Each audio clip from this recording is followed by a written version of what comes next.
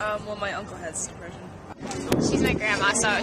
My brother had clinical depression. My grandma. How did you react to them being diagnosed or their depression in general? Well, I mean, I didn't realize until I was older, so when I was little, just like my uncle, but then, I don't know, when you get older and you start to realize what's going on, you're kind of a little more sensitive and try to be happier around that person and make them feel more included. It's hard to deal with because it's my grandma, so I don't see her that often, but she comes for like Christmas and, you know, holidays, so it's like everyone's so happy and, you know, happy to be there, and like she tries really hard, but it's just like, it's a sickness, you know, like you can try as hard as you want to like pretend to be happy, but you're not. So it's hard, and, you know, she just like likes to complain and like blah blah blah. So pretty much now I just like listen to it and I just like sympathize with her. I'm actually studying to be a clinical therapist, so hopefully someday I'll know how to deal with it better, but for now I just kind of listen to her talk and, you know, I'm there for her. Well, the person wound up in the hospital, so it was, I think, more drastic probably than someone just like telling you like, hey, I think I have depression, which I guess a lot of times it comes out in a more drastic way, but it was pretty sticky, so it was messed up like a lot of the family and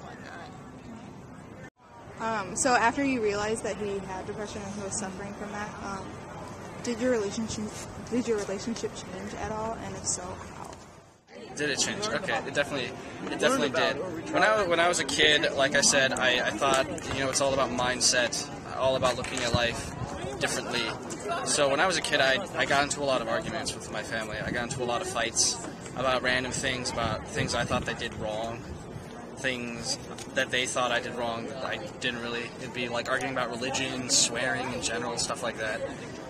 And then after I just came to accept the natural way we go about things, like after I went to college, I came back and I started like appreciating the things that they did as well.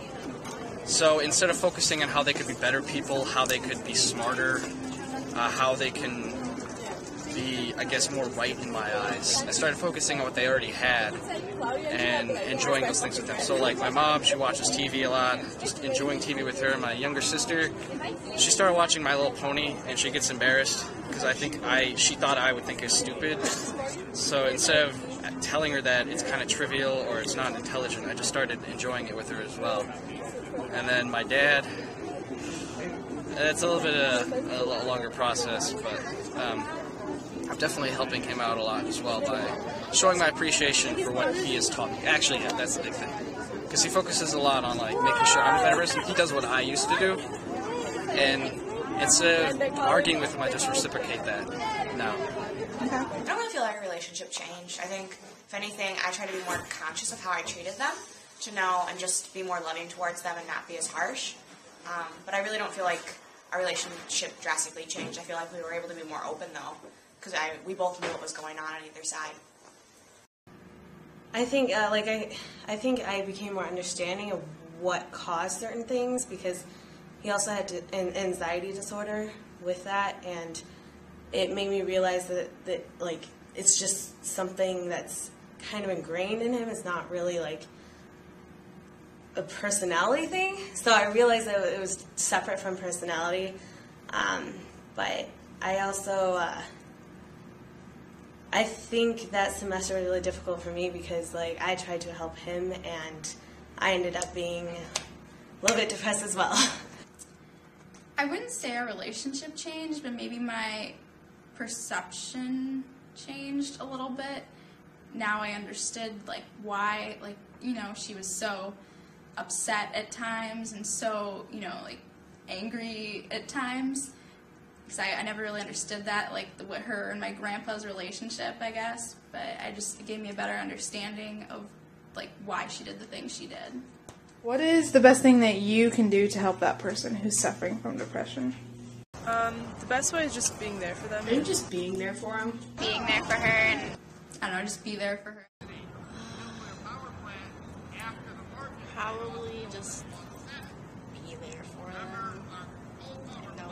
sounds like obvious advice, but the person I know, like, they admitted that they just felt like they were alone and like no one cared about them, and that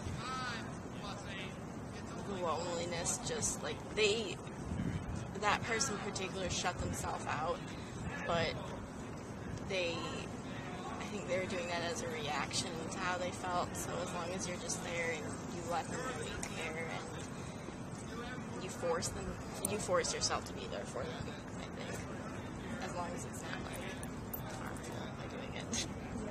Letting her know that there's plenty of people around that love her, and that we understand that this is something she can't help. And I also wish she would like go get actual help from someone that knows what they're talking about.